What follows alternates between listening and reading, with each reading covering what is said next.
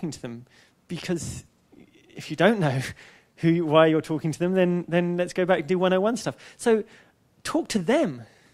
There's no real need to get likes from Bangladesh. There's just no real need to have 100,000 followers if you're in a community with 5,000 people. It's nice, but it's not what you are there to do. So make sure that the work that you're doing is targeting the audiences that you should be targeting.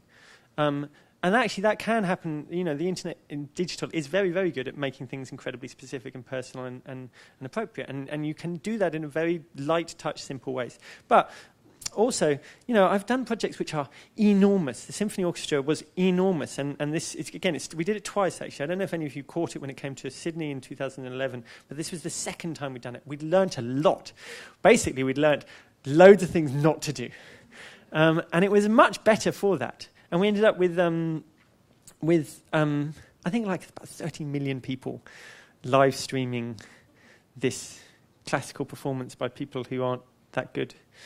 And that's quite impressive, frankly, in marketing terms. You know, you try selling that. So it was about the event, it was about the experience, and it was about, when we start these projects, quite often we start with, who's the audience? Well, the audience is everyone. We've got about 2 billion people on the internet. Let's start with that. And we're going to narrow it down. And what you do is you want to try and create the first level of communication which is as applicable to everyone in the world as it possibly can be. Music's applicable to everyone. Great. Okay, let's go there.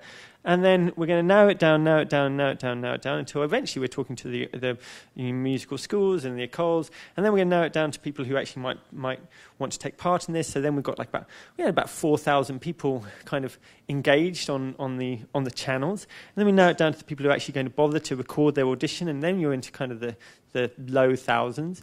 Then we got it down to like 200 people who could play music. And then we have an orchestra.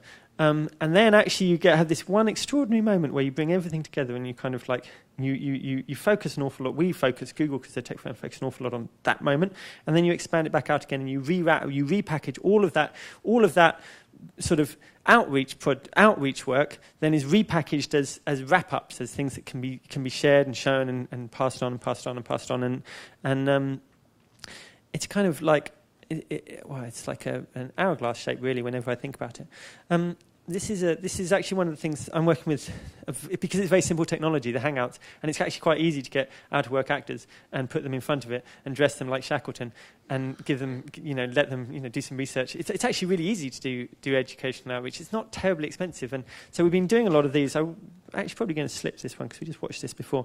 So another project that I did recently was with the Royal Shakespeare Company in London, which we did actually recently, last year. Doesn't time fly? Last midsummer. We did a